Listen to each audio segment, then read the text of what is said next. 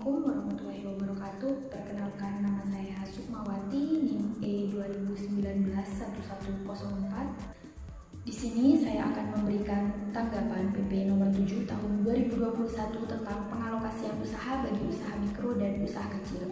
Pada pasal 89 ayat 1, pemerintah pusat mengalokasikan bidang usaha untuk usaha mikro dan usaha kecil serta bidang usaha untuk usaha besar dengan syarat harus bekerja sama melalui kemitraan dengan usaha mikro kecil dan menengah.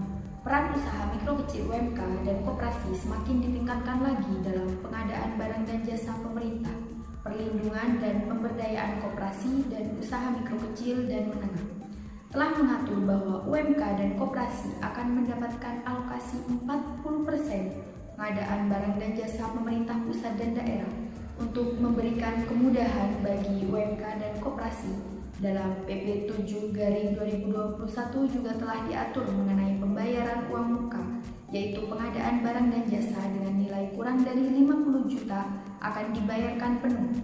Pengadaan barang dan jasa dengan nilai 50-200 juta akan diberikan uang muka 50%, dan pekerjaan dengan nilai 200 juta sampai 2,5 miliar akan diberikan uang muka 30%. Kemudahan pemberian uang muka tersebut akan menjamin keberlangsungan usaha bagi UMK dan koperasi dalam pengadaan barang dan jasa. Sebagai upaya transparansi, pemerintah pusat dan daerah harus memasukkan rencana pengadaan barang dan jasa bagi UMK dan koperasi pada sistem informasi rencana umum pengadaan. Nantinya, pemerintah pusat dan daerah harus melakukan pengawasan dan realisasi pelaksanaan alokasi pengadaan 40% tersebut dan harus dipublikasikan secara transparan kepada masyarakat. Pengawasan mulai dari pemenuhan kewajiban pengalokasian hingga realisasi yang dilakukan oleh Menteri atau Menteri Teknis dan Pemda. Pemerintah juga membuka ruang pengaduan dalam rangka pengawasan. Assalamualaikum warahmatullahi wabarakatuh.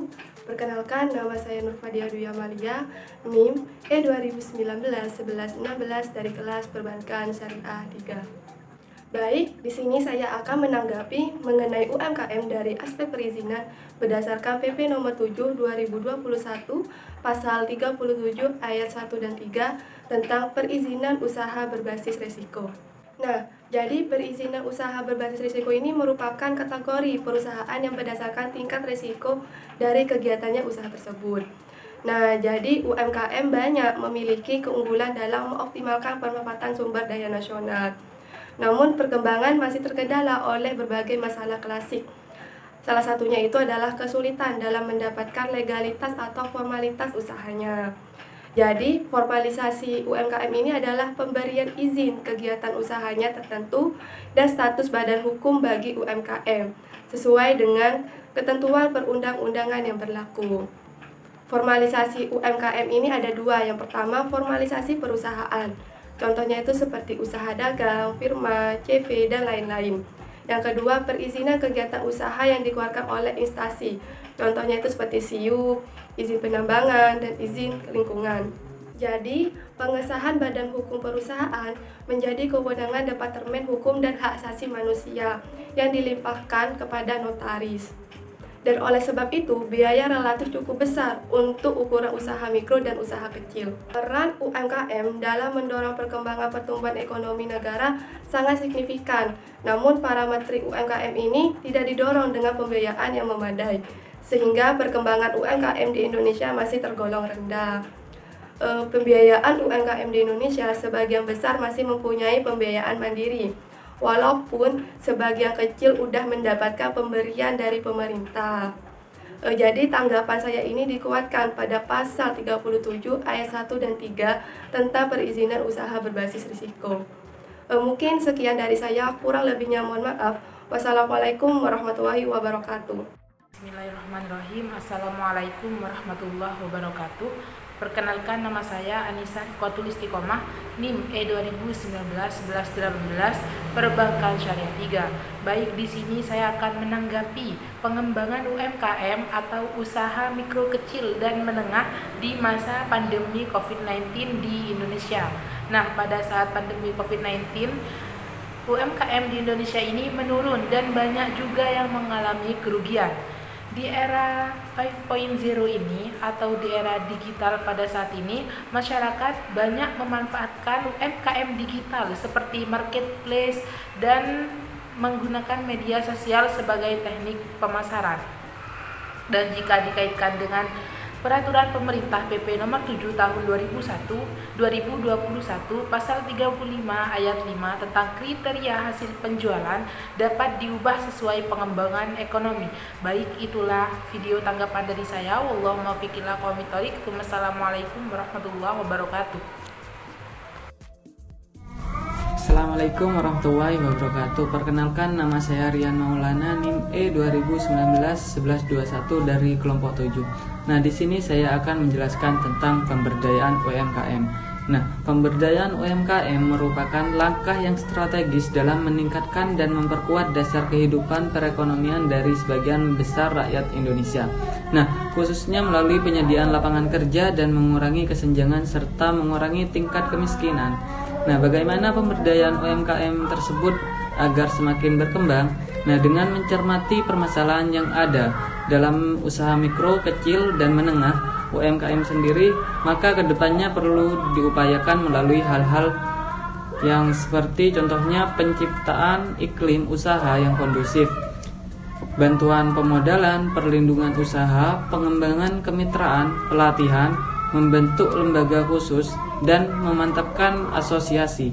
Nah, apa tugas UMKM itu sendiri? Nah, tugas UMKM yaitu bidang usaha mikro, kecil, dan menengah mempunyai tugas pokok, yaitu melaksanakan perumusan program kerja untuk pembinaan dan pengembangan UMKM. Nah, pelaksanaan penyusunan program pengelolaan data dan informasi di bidang UMKM, penyusunan perumusan pelaksanaan teknis, serta bimbingan di bidang UMKM. Nah, bagaimana peran pemerintah dalam pemberdayaan UMKM di Indonesia? Nah, dalam pengembangan UMKM, pemerintah memungkinkan kegiatan usaha UMKM menjadi jaminan untuk mengakses kredit pembiayaan usaha. Pemerintah juga mengalokasikan produk UMKM dan koperasi dari hasil produksi dalam negeri dalam pengadaan barang atau jasa pemerintah. Nah, sekian presentasi dari saya, kurang lebihnya mohon maaf. Assalamualaikum warahmatullahi wabarakatuh. Assalamualaikum warahmatullahi wabarakatuh. Perkenalkan, nama saya Tria Fatma Febiani, NIM E 2019-1139. Di sini saya akan menanggapi tentang perkembangan UMKM secara global. Nah, UMKM sendiri adalah singkatan dari usaha mikro, kecil, dan menengah. UMKM dianggap telah memainkan peran krusial dalam pembangunan ekonomi Indonesia karena mampu mendorong pertumbuhan ekonomi dan penyerapan tenaga kerja. Namun seperti yang kita tahu, situasi COVID-19 telah berdampak besar pada usaha mikro, kecil, dan menengah atau UMKM di berbagai negara Asia yang membuat sektor usaha ini sangat rentan setelah pandemi global. Pandemi memberikan dampak signifikan ke hampir seluruh sektor perekonomian di Indonesia, termasuk UMKM yang merupakan 99,9% dari seluruh entitas bisnis yang beroperasi di Indonesia dan menyerap 97% tenaga kerja di tanah air.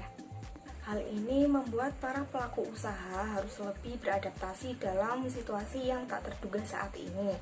Berdasarkan catatan Kementerian KUKM pada 2019 atau sebelum krisis, jumlah UMKM mencapai 64,7 juta. Tapi angka tersebut menurun drastis menjadi 34 juta unit saja pada tahun 2020.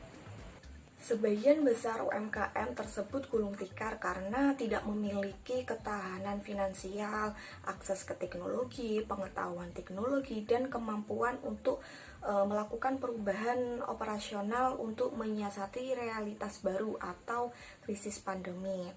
Kemajuan digital dari tahun ke tahun menyebabkan UMKM berkembang dengan signifikan. Pada situasi ini, UMKM sangat diperhatikan sebagai pendorong perekonomian Indonesia, apalagi di situasi yang sulit seperti ini.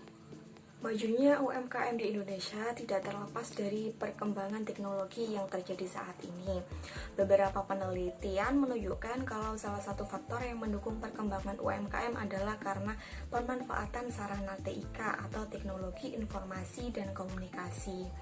Para pelaku usaha mulai memanfaatkan sarana teknologi untuk melebarkan pasar usahanya serta menggunakan aplikasi online dan media sosial untuk memasarkan produk yang dijual.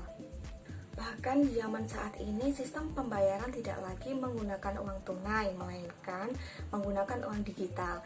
Hanya mengarahkan smartphone ke QR code yang telah disediakan oleh UMKM, maka pembayaran pun telah selesai dilakukan. Hal ini juga sudah tidak asing di sekitar kita. Pelaku UMKM saat ini juga tidak perlu bersusah payah dalam mengelola keuangan. Banyak aplikasi yang ditawarkan untuk mencatat serta mengelola keuangan usaha. Nah, di sini ada kaitannya dengan PP nomor 7 tahun 2021 pasal 88 ayat 4 yang isinya yaitu fasilitas penyediaan sistem aplikasi pembukuan atau pencatatan keuangan sederhana bagi usaha mikro dan usaha kecil tidak dipungut biaya. Salah satu contohnya kita bisa download di Play Store aplikasi pembukaan atau pencatatan keuangan. Contohnya ada buku kas, buku warung, mudah, dan masih banyak lagi. Maka dapat disimpulkan bahwa dengan sistem yang sudah dibentuk ini, para pelaku UMKM akan semakin mudah untuk memperluas dan mengelola usaha mereka yang dengan semakin baik. Ditambah dengan slogan pemerintah yaitu bangga produk lokal akan membuat UMKM kedepannya menjadi lebih baik. Sekian tanggapan saya, kurang lebihnya mohon maaf. Wassalamualaikum warahmatullahi wabarakatuh.